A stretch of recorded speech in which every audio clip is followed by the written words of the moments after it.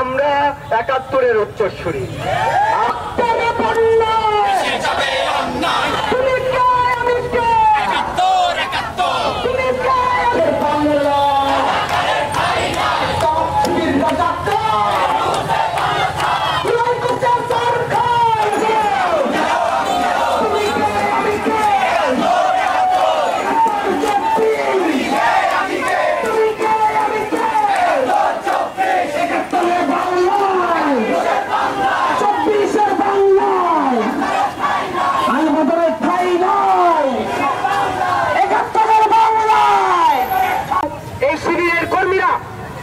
কিন্তু এতদিন পর সেই সাধারণ শিক্ষার্থীর মুখোশ উন্মোচিত করে সামনে হাজির হয়েছে।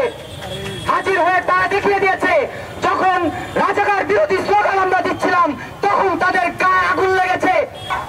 নইলে গতি ছাড়তে হবে, জবাব তোমায় দিতেই হবে, নইলে গতি ছাড়তে হবে। এই হাসিনা রাজাহার, এই আওয়ামী লীগের রাজাকার, এই চট্টগ্রামে মারল কারা, এই চট্টগ্রামে মারল কারা, এই রাজশাহীতে মারল কারা।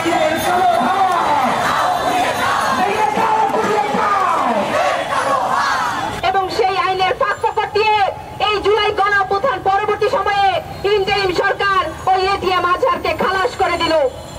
আমরা আশ্চর্যজনকভাবে খেয়াল করি, যখন জুলাই গণঅভ্যুত্থান